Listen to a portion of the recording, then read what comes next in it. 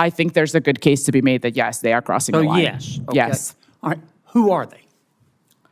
That's up to the courts and the IRS to determine. You made this allegation, but you don't want to say who they are? If you know who they are, you just don't want to tell us? I think that's been explained by Mr. Curtis in his analysis. I'm asking you to explain. You talk about tax cheats. I'm just asking you who they are, and you don't want to tell us? Talk is cheap. Senator John Kennedy looked straight at the witness and dropped that line after she claimed big American corporations were cheating on their taxes, but couldn't name a single one. That moment stopped the hearing cold. Folks, grab a seat, get comfortable, and don't forget to like and subscribe. Let's dive right back into it. We have Senator Kennedy, then Chairman Wyden, and then Senator Braun. Thank you, Mr. Chairman. Ms. Millen, is your expertise in the area, Mr. Bunn made this distinction, is your expertise in the area of tax avoidance or tax evasion or both? I would say both. I think the lines, there are situations where the lines might get blurry, especially on the corporate side. But in my... it's both? It's both. In short, it's both. Do you believe that there are major American corporations that are cheating on their taxes? I think yes, there are cases where the transfer pricing regulations are not being followed, and Mr. Curtis's testimony speaks to that. Who are they? Who are the five? Name the five American corporations that are the biggest tax cheats.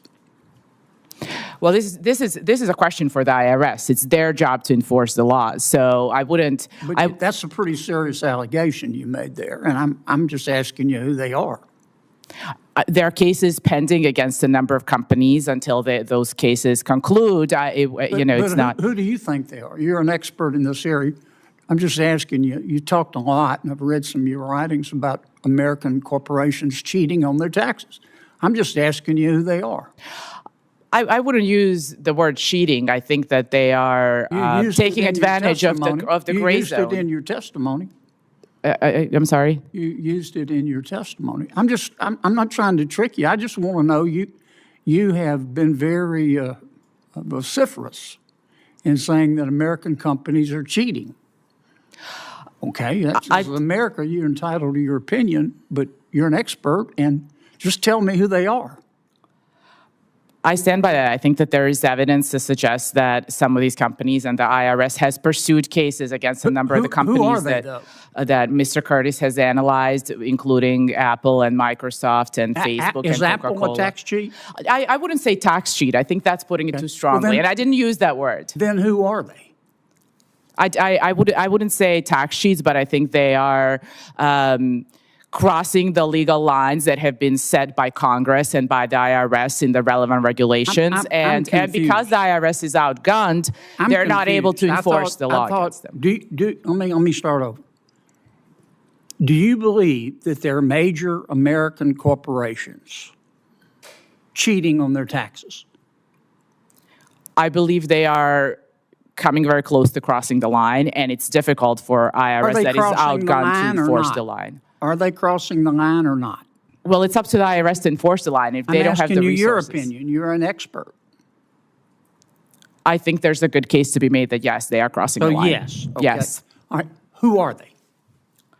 That's up to the courts and the IRS to determine.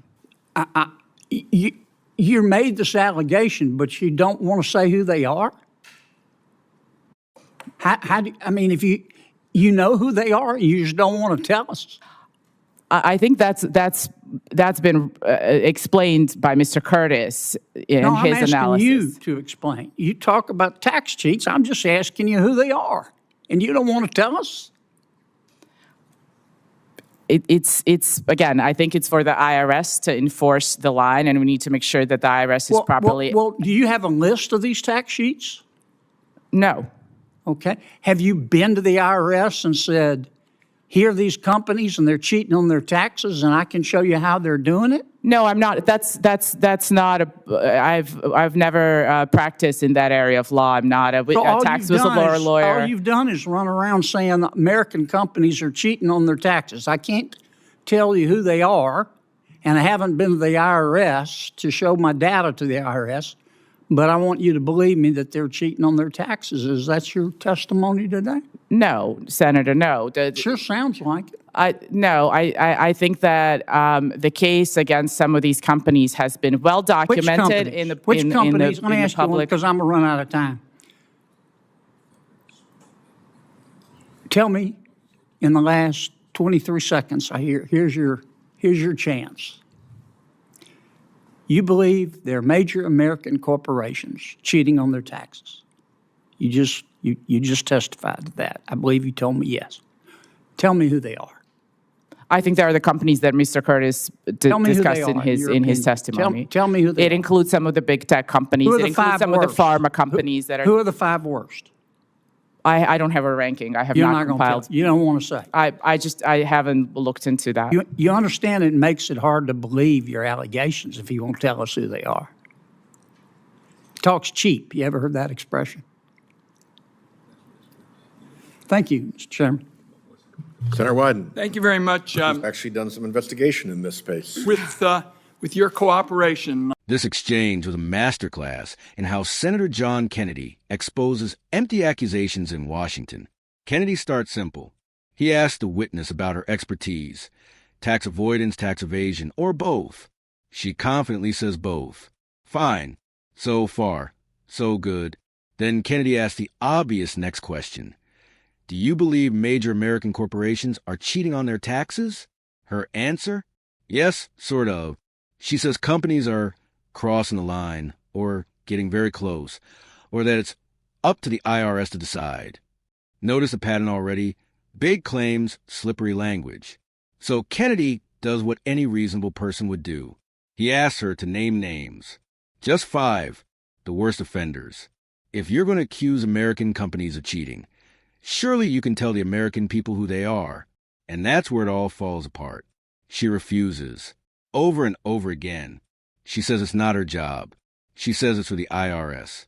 She says cases are pending. She says she wouldn't use the word cheating, even though it came straight out of her own testimony. Kennedy doesn't let up. He asks again, are they crossing the line or not? She finally admits, yes, there's a good case they are. So Kennedy asks again, who are they? Still nothing. No list. No ranking. No formal complaint to the IRS. Not even a visit to show regulators the data.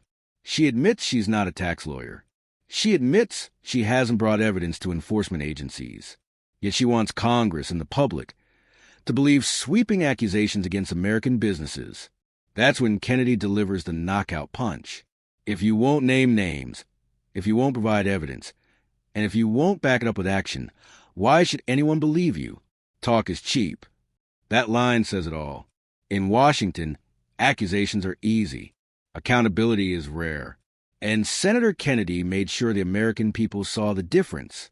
Because if you're going to accuse someone of cheating, you'd better be ready to prove it. Let me know what you think in the comments. Was Senator Kennedy right to press for answers, or should witnesses get a free pass for vague accusations? Don't forget to like, subscribe, and share this with friends who care about real accountability. See you in the next one.